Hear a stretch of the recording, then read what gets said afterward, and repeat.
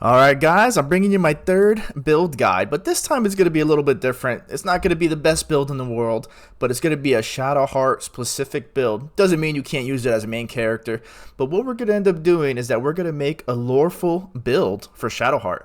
Now, quick background, Shadowheart is a cleric of Shar. Shar is the god of darkness and night, the Nightbringer, the Dark Lady. She's got many other titles, Death and Trickery. Shar is a sister of Saloon. Saloon is her twin sister. She's the goddess of moon, the lady of silver. Pretty much Shar is dark, Saloon is light. Yeah. You guys got it. But we're going to focus on the Shar aspect because that's how Shadowheart starts out the game. I know the plot can go in different directions when it comes to Shadowheart's conflict because her conflict within herself is representative of the two gods and their conflict. But we're going to lean towards Shar. Now, throughout the game, Shadowheart wants to become a Dark Justiciar. What does that mean? Dark Justiciars are a secret society, a religious military order of Shar. This is her life's goal. She wants to ascend to become a chosen of Shar. This is what it is. So, normally, they're armored.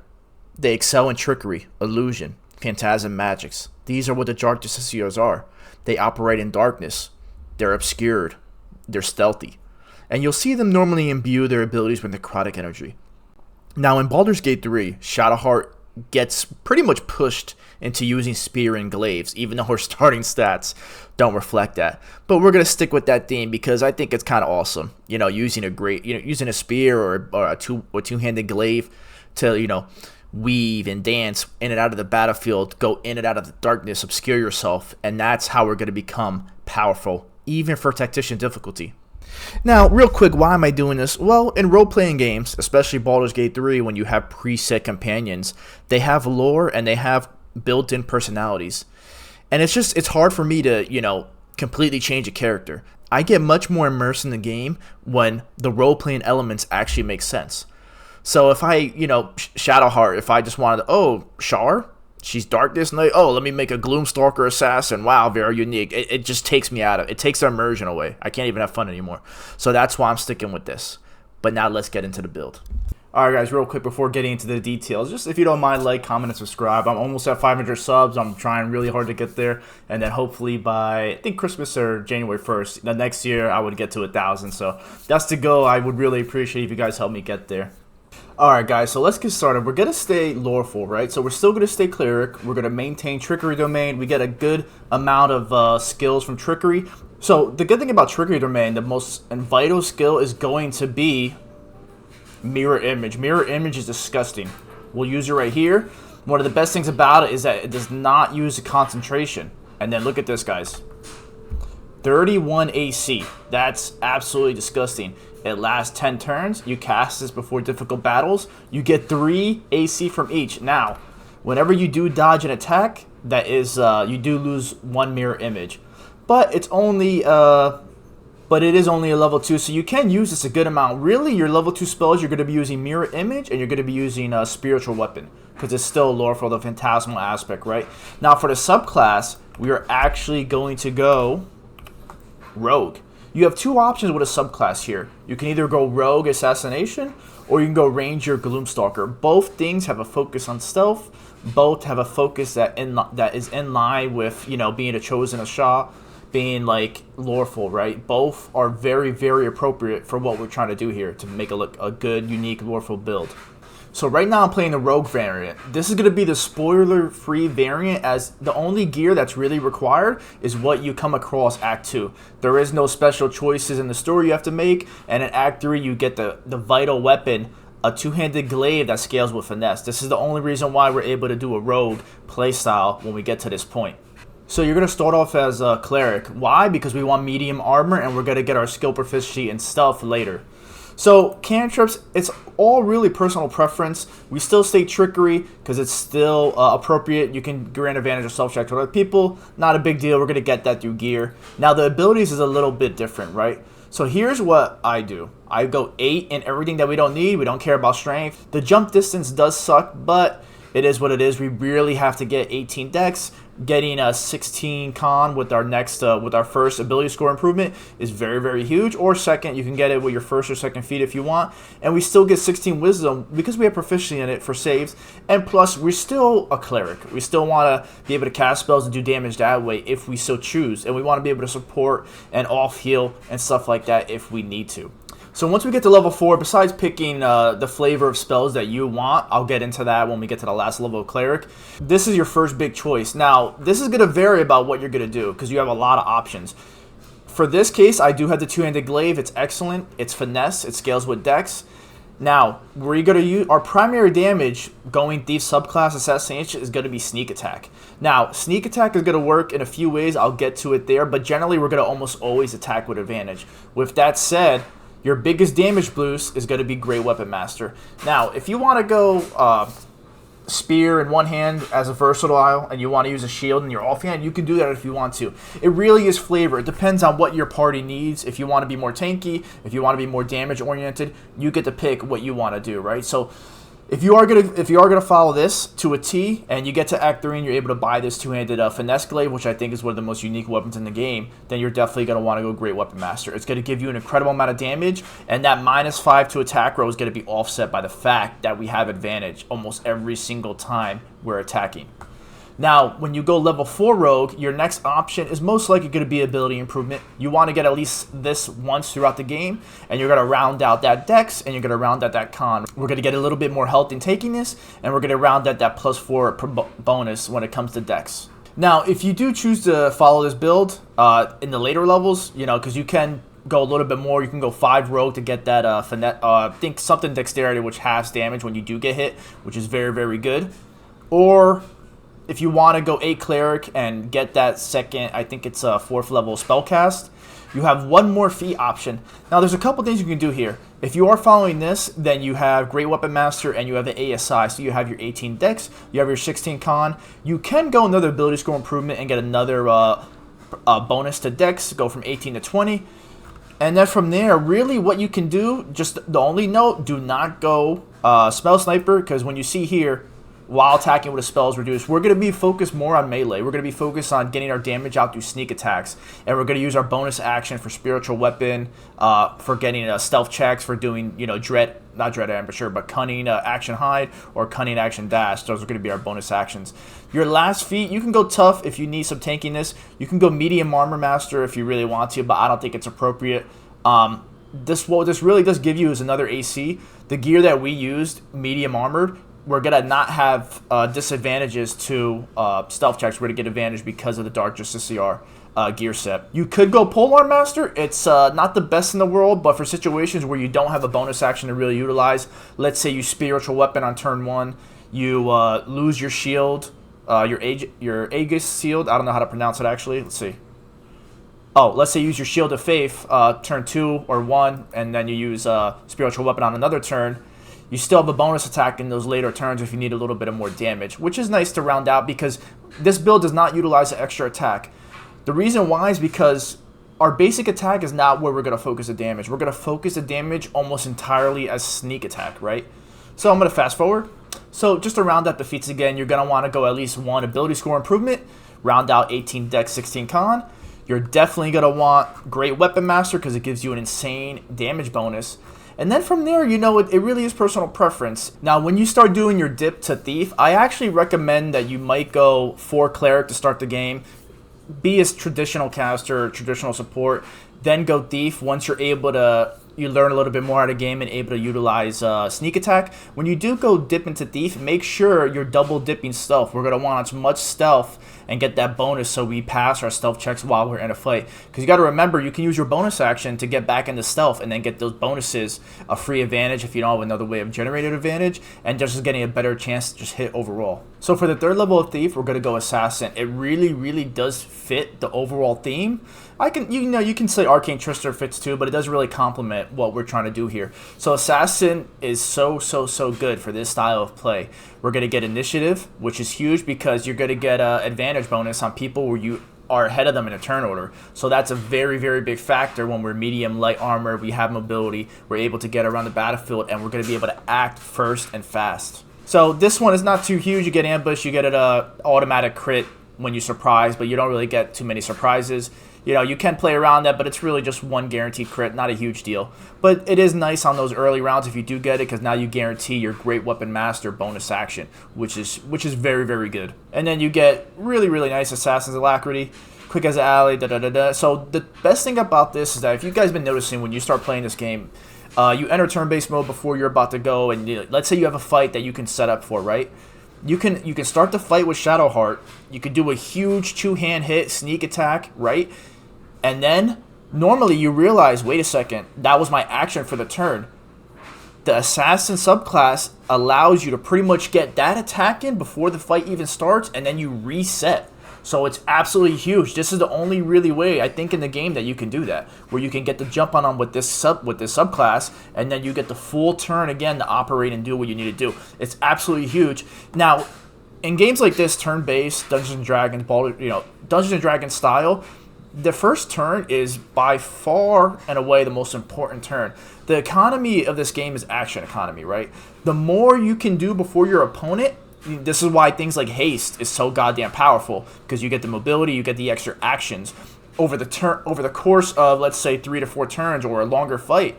That haste bonus is going to stack up. It's the same way with this, and I'll show you a clip of how good, well, not just this, but getting the opener on turns are. It really is disgusting what you're able to do. So getting a refresh on your abilities and your actions is gigantic. And when you get level 4 for Rogue, you just get whichever feat, either Great Weapon Master or the ability score improvement. Once you get to level 12, then you get your flavor of Polearm, medium armor master if you want, mobile, tough, you can do a lot of things there. Now, just to note, if you don't want to follow this build, or if you don't want the third feat, Uncanny Dodge is very, very good. You're going to have a good AC, but when you do get hit, especially if you play with Karmic Die, because eventually it's going to happen, you only take half the damage. That's awesome. And from what I understand, I don't think this is a reaction. I think it's just a passive, but I haven't used it yet, so I don't really know. So I'll show you a quick gameplay video. It's kind of self-explanatory. We want stealth, we want to be obscured. You'll see in the bottom left I have all the bonuses, and bam. We just one tap. Now, that mob did have low health, but, we're not going to go in there and target, like, the most vital. Like, the whole thing is stealth, get in there, eliminate, and get back into the shadows, right? Like, we lean towards that dark Justiciar thing, but we are armored. We have mobility. There's a lot that we can do, and this actually ended up working out beautifully, because not only do I get the kill, but now I can just go right back into stealth, and you'll see I can get the other mob.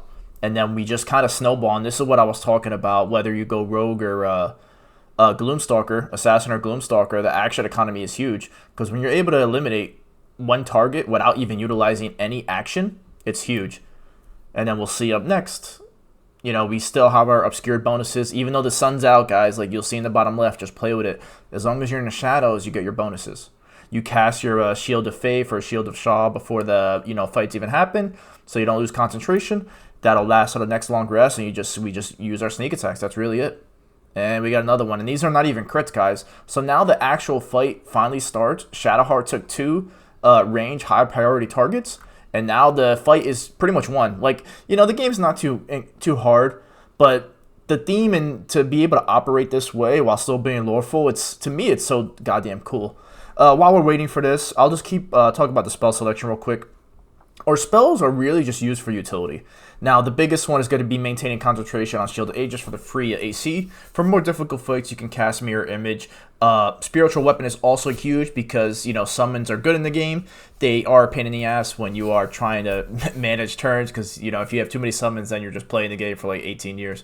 But you'll see that, that's how we're really going to use our spells in a support role. Normally, the way I look at this game is that the best way to eliminate damage done to your party is to kill other people. Healing is not really proficient. Healing to me in this type of game, and like same thing with Pathfinder, where like you do it in between fights. Like the best way to heal is short rest, and the best way to heal is to not take damage.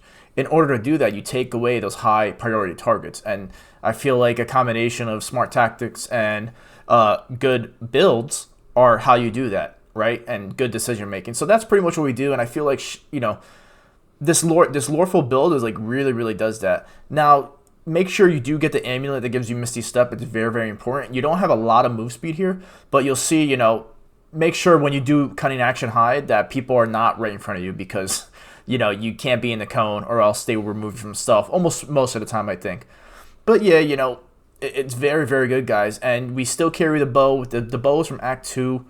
You get it pretty early when you go underground after Balthazar, I believe. And what was I going to say? But yeah, the bow works well with being obscured. And that was a free crit because I think it was surprise. So that's nice too. Like, you just have a lot of utility in this build. I did hover over those gloves earlier. Now, the gloves we're using, I think I highlighted that earlier, but you get them in Act 3. They give you force damage, a sneak attack. That's our biggest damage. We're almost always going to be sneak attacking. And not only do you get that, I know it is conditional, which is maybe a turnoff, but you get the +1 initiative, which is very important as we get advantage as we get faster in the turn order. So that's why I'd rather use that than the Dark Justiciar gloves, even though it is loreful. But again, it's loreful to like succeed in self checks and, you know, act before other people, you know. But either, you know, if you want to stick with the necrotic flavor, because that is part of what the lore is, that they imbue their attacks with necrotic damage, you can do that too. But yeah, we're chilling here. Also, a highlight from my Monk video. The gear that you get in Act 3 from Monk is just absolutely disgusting. This is 100% one of the best classes in the game. I have the boots that give that add the wisdom modifier. I have a helmet that adds damage when you're surrounded by 2 enemies. And again, all these things when you're using your flurry abilities as a monk, you're double dipping. You know, the movement is not too good on the Shadowheart, but again, we just Misty Step. And because we have another melee there, we automatically get sneak attack. And I really should turn Great Weapon Master off here, or I should have stealthed in the first place as a bonus action. But then again, I wouldn't have been able to Misty Step. But, you know, these are things that you need to think about and, you know, use whatever tactics you think are appropriate to succeed in these fights, right? But I think it's a good highlight, especially the first opener, to see how powerful this build really can be. Alright guys, we're back in the character selection. So real quick, I just want to go over, let's say you're not on Act 3 yet and you don't have that glaive, that's finesse, because really that's the only way unless you want to use something else. But again, we're trying to be loreful. We really want to use a glaive or spear to be in line with the Chosen of Shar, right? If you do not have it, you can go Ranger, Cleric instead, because Gloomstalker is still very much in line with the lore of Shadowheart, I believe. To me, at least it is. But for this, it's very, very hard to build around just because the stat distribution is difficult. Now, you can dump all your decks just to get the decks, because you do need decks. We're medium armor. You have to go decks, right? There's, you know, it's a stealthy build. The most we can do is medium armor, because if we don't go medium armor and we go heavy armor, we just get disadvantage on stealth checks. Now we get advantage. Even with medium armor, which is like a core aspect of the build, right? It's very, very, very important. If we don't do that, then it's kind of like, you know, we need to get that dex to be able to max out that +2 bonus in medium armor. But generally, it's going to be less damage. It's going to be, it's very, very difficult, guys. But your main damage aspect is going to be, it does this sometimes. Let's see.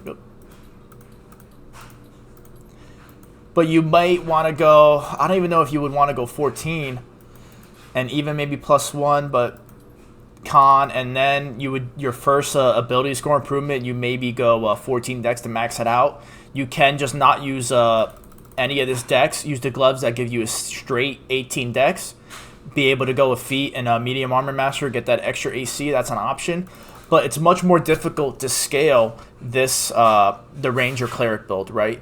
Because really, probably the best way mathematically to do this is going to be this, so you can spread out your strength, con, and wisdom. One thing you can do to make this build viable is to completely forego your wisdom. And the reason why you're doing that is because most of your damage is not going to be coming from your spellcasting. Your wisdom doesn't really matter. You use your spells as utility. You're going to use your trickster, your mirror image, to get you AC. You're going to use shield of faith. And you're just going to rely on the base stats that come with whatever. That's really the only way to do it if you don't want to operate it properly. So this is hard when it comes to ranger, but this is probably the best. But then again, at this point, with nothing in wisdom, are you even a cleric anymore? It is a little bit weird. I haven't been able to figure out what's the best option for this. I'm not sure what I would do personally. I was running this for the medium part of the game because the spear in Act 2, once you get it, it is strength focused. So I think I was like 16 strength, I had my 14 dex, and then I had this, and I think that was it, just so I rounded out, and I only had 1 feat. The feat I used was Great Weapon Master, or I was using Polearm Master to get the bonus action. But this is going to be the Ranger side of it, right? You're going to do the same thing as Cleric. You're going to go 4 Cleric probably, and then you'll go... actually, you might even just rush 5 Ranger in the early game, so you get the extra attack, because you're not getting a lot of free damage from sneak attack anymore. You really, really need extra attack now, so you have to really go 5 Ranger, because the only time you get a free action is that first turn as Ranger when we go Gloomstalker. Now, when you do dip into Ranger, you have a couple options here. I just want to get proficient. I would just get this because it helps when you're ensnaring strike, which is I don't know why it doesn't show it here. You can I mean, if you don't want to focus on stealth at all, but again, that's not the whole point of this. The point is to be loreful, operate in the shadows, obscure ourselves, get those bonuses, because a lot of those items are medium armor and they don't work with heavy armor. But I mean, if you wanted to do it, you can, but I feel like the Ranger stuff isn't as synergistic as the Thief subclass, but the Thief, again, this is difficult. Alright, this is a good one. So with this, you really have to go 5 in Ranger to get the extra attack. When you pick favorite enemy, it really, there's nothing here that's really great. It's not like Rogue, where everything you get is good. The dash, the bonus action dash, the bonus action stealth, the initiative, the assassination, the guaranteed crit, the sneak attack. Like, I feel like it's not as good. When you go to Natural Explorer, you really just get whatever you want. I would just get damage reduction. It helps a lot. And again, the abilities, personal preference. But again, you're only, if we're going to be operating on stealth, would you rather have +4 stealth bonus or a +8 that you get with Thief? Thief is much, much better, but I do understand that it really isn't possible until you get that finesse glaive. Now, I'm not sure if there's any finesse glaives or even finesse spears in the early game, right? Because again, we're going to stick to spears and glaives because that's what's lore appropriate. So for fighting style, all you can really take is defense. The 1 AC is good. There's nothing bad about it. It is kind of plain Jane, but it would be great if you can go spear and shield. But spears are versatile, so unfortunately we can't utilize this. For spells, yeah, whatever. I don't like Hunter's Mark too much because I'd rather just use get the bonus AC. But if you want more damage, you can do this. It is fine. Now, the only thing that's really lore appropriate is Gloomstalker. We get Dread Ambusher, which is absolutely disgusting using this. It really is so, I feel, underrated. Obviously, Gloomstalker Assassin, Gloomstalker Assassin Arrow, or Archer is going to be disgustingly good. Everybody knows that. But even for melees, it's still very, very good. You get Dark Vision. I don't believe this gives you immune to blindness. If it does, then that kind of changes everything. But for me, I think I was still blind. And you can become invisible. But this is an action, right? We want to be dealing damage and being the utility of the party. We don't really need to be invisible because we are relatively tanky. Now, talking about Dread Ambusher, the same logic I explained to you about being an assassin and getting initiative and first turn, a first turn action refresh. It's the same thing here. I'm going to show you a clip as I'm talking, but you'll see how good this is when you're getting a good first turn and you can just take out a whole bunch of enemies in one turn and do a crap ton of damage. It's very, very underrated because that first turn, it's a very momentum-based game. If you dominate that first turn and kill a good amount of enemies or control the dangerous mobs that you need to control, you pretty much won the fight, right? Like, there's some fights here that, I save scum a little bit, but once I properly utilize my, Assassin or Gloomstalker, because I did run Ranger, Gloomstalker, and Cleric up until the end of Act 2, it was very, very, very, very good. So the feats are going to be the same thing. You are strength, so you can use Spear and Shield, or a two-handed Strength Glaive, right? Again, it's the same logic. If you're going to go two-arm, definitely get Great Weapon Master, but just know that unlike Rogue, you don't get a lot of advantage for free. Right, you have to really set up your advantage. You're not going to have, and again, you're only going to have 16 strength as of now until you get your next feat to get to 18. So it's something to think about and consider. I think this is subpar compared to the Thief version, the Thief variant, Finesse variant, because it's easier to max out your AC while scaling damage, and it's easier to get your Con and get Wisdom, get that 16 Wisdom, which provides you much more utility. But if you do go this route, Polearm Master, Warcaster if you want, Tough, Mobile, you can just go ability score improvements to 20 strength or 18 strength if you want immediately. Great Weapon Master if you can utilize and make sure you get good hits and set up advantage for Shadowheart. Or you can go, again, Medium Armor Master. And the last one, again, Polearm Master, right? Very, very good. Good zone of control, getting free damage in when people walk by you. right? You make that opportunity attack, and then you just get a free damage every turn with bonus action, right? Which is very, very, very nice. But yeah, that's pretty much the Gloomstalker variant, the Gloomstalker Cleric variant. And again, hopefully I'll show you this clip real quick, show you some other clips of it, but you know, it's very, very good.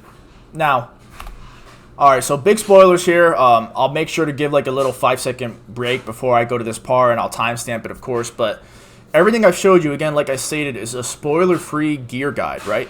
All the gear I showed you is what you get in normally Act 2. You can buy the gear off vendors. You'll get it while looting. It's very, very easy. Now, there's a critical point at the end of Act 2 where Shadowheart has to make a decision, right? And that decision can get you an absolutely disgusting weapon if you go evil Shadowheart, right? Shar Spear of Evening. This thing is fucking disgusting. This shit is awesome, right? So what this does now, you pretty much are like always in darkness. Now you have an insane amount of zone of control where you could just run to the middle of a party.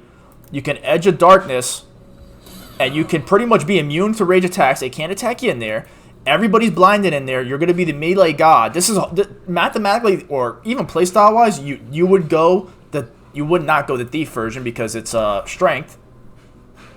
But you would probably go the ranger cleric variant. You go Gloomstalker, and you would just probably forego wisdom because you don't even care about wisdom. You're just going to be an absolutely disgusting character when you go to melee, because now you get a free 1d6 die. You know, you can go these gloves because you're not doing sneak attack anymore, so now you get another 1+4 die. It's just so goddamn good, and this is the most thematic way to play it. But I don't want to just do a build on this because it's just too easy, right? Like, oh, you know, you got your legendary spear, utilize it. It's kind of self-explanatory. The biggest things about this is that you get a shadow teleportation, which is disgusting. If you get Misty Step and this, you're pretty much the mobile god. You have Shroud of Darkness. Do this as much as you want, right? Because there is no short rest. It's just a level 2 spell. As much as you can do it, you can, and it's a 10 turn. So, you know, utilize your zone of control. You're in the darkness. You're going to be obscured. You're going to have your bonuses. You're going to have your covert critical. You know, it's your free AC, right? Because I forgot to show you guys this, but you get the ring in Act 2 of Twilight. Free AC while obscured. And you do have to be careful with the rest of your team. But you can set up a really, really crazy team that operates this way. Like maybe you have Shadowheart as your one of 2 primary melees, and you have a Lockadin that has Devil's Eyesight, I think it's called, and you can do that. But this is like thematically like such a cool build. Like you get invisibility, you get your Dread Ambush or Hide. That first turn you get Dread Ambush. You pretty much dominate the first turn. You set up. You're gonna have the high initiative to go around, and you're gonna have extreme mobility with Shadow Teleportation. This is so damn awesome. I have played with this a lot, but you probably saw earlier that I had White here Shadowheart because I am doing a good playthrough first. I will switch it up next playthrough. But again, I did want to mention this because if you're thinking going evil Shadowheart or you don't care about playing it, you just want to have fun, this is far and away going to be the most awesome build to go. But just remember, you would just switch up the stats here. Like this is before I got to Act 3, so obviously I was using this. It's not good because I'm only +2 strength. I get the +2 dex, but again, rewind back to how I explained the Gloomstalker Cleric. You would go the 16 strength. You would max out your dex, and you wouldn't even care about wisdom because our spell casting, we're not caring about damage. We don't need wisdom. We don't. And you know what's crazy? This is actually there is no extra die for wisdom modifier. So really, like, the wisdom is really, really not important, except for if you want like saving throws. You just use your wisdom because you get a static bonus from Shar's Aegis, right? Or Shield of Faith, like whatever it is, like you just get like your wisdom does not scale it. So that your concentration spell and your other utility, like it's not too important. You can just worry about being a Chosen of Shar. You can be like the medium armor melee mobile assassin. And to me, it's very, very unique. But that's pretty much it for the video, guys. I hope you enjoyed, and I hope I brought you something to think about because, you know, again, it is really easy. A lot of the things in this game make very good sense, like Gloomstalker Ranger, like just hiding in the shadows and attacking from range, extra attacks, and just being an absolute beast, and it is really good. Or just going like Tempest or Life Cleric, that's also really good. Cleric Paladin's really good, but again, when you're able to do you know, I don't want to say off meta because it's a single player game, but when you're able to do a loreful build that's faithful to not only the character but the lore around it, it's really exciting to me, and it makes me very, very more involved when I actually play the game. Because now, like, I'll be honest with you, I never got rid of Shadowheart in my party. Like, it's crazy. I can't justify it. She brings good damage, good tankiness, mobility, a lot of utility, and either the Thief or the Ranger variant, both are loreful and both are very, very good. So that's pretty much it. Again, like, comment, and subscribe, and then Mozu with Negron Tech, guys. Thank you.